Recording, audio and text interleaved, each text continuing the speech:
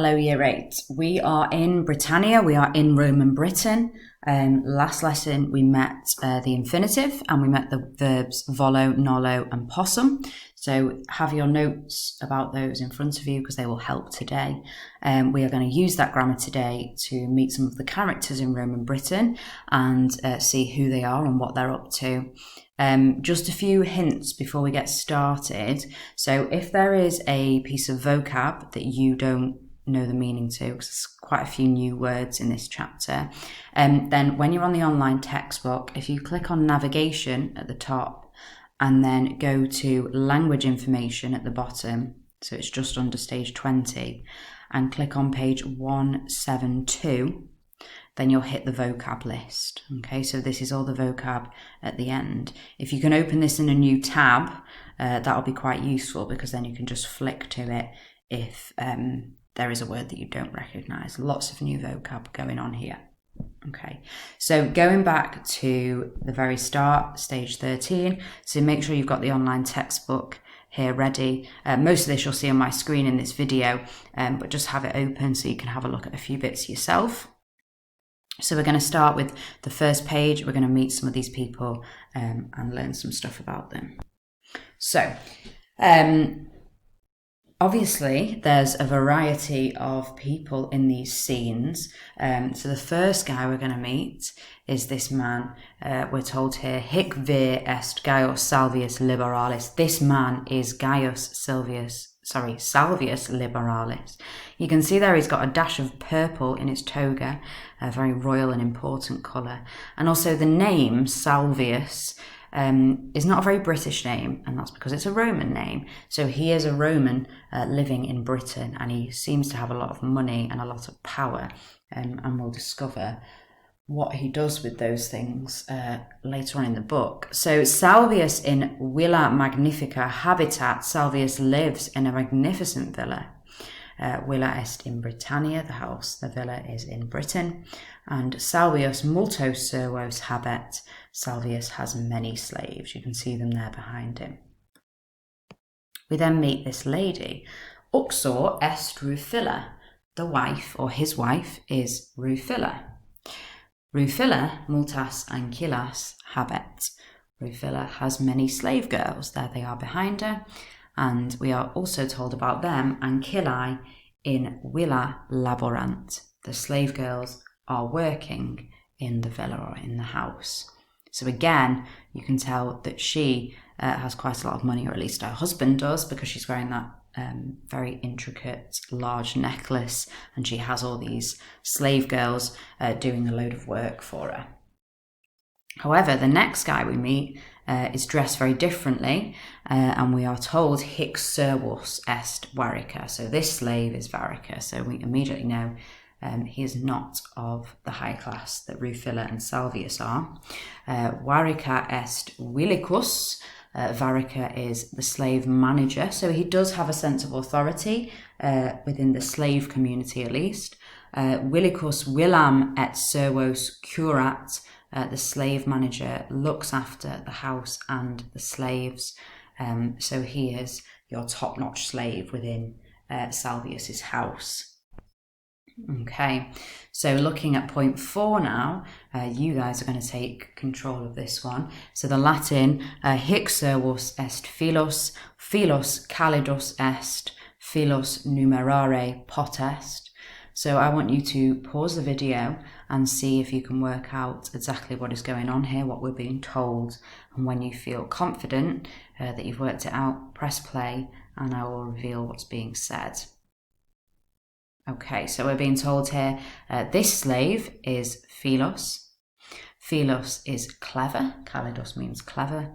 And Philos numerare potest means Philos is able to count. So we've got potest there, which we met last lesson, and we've got numerare, the infinitive, to count. It's obviously where we get the word number from.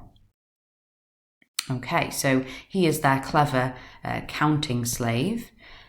Number 5, the Latin hic servus est volubilis. Volubilis coccus optimus est. Volubilis cenam optimam coquere potest. Okay, so have a think about what is going on here. Pause the video and when you feel happy, press play. Okay, so here we are told this slave is volubilis. Volubilis is an excellent cook or a very good cook. Volubilis is able to cook, coquere, the infinitive, an excellent dinner. So we met the verb coquit in book 1. This time it's being used as an infinitive, to cook.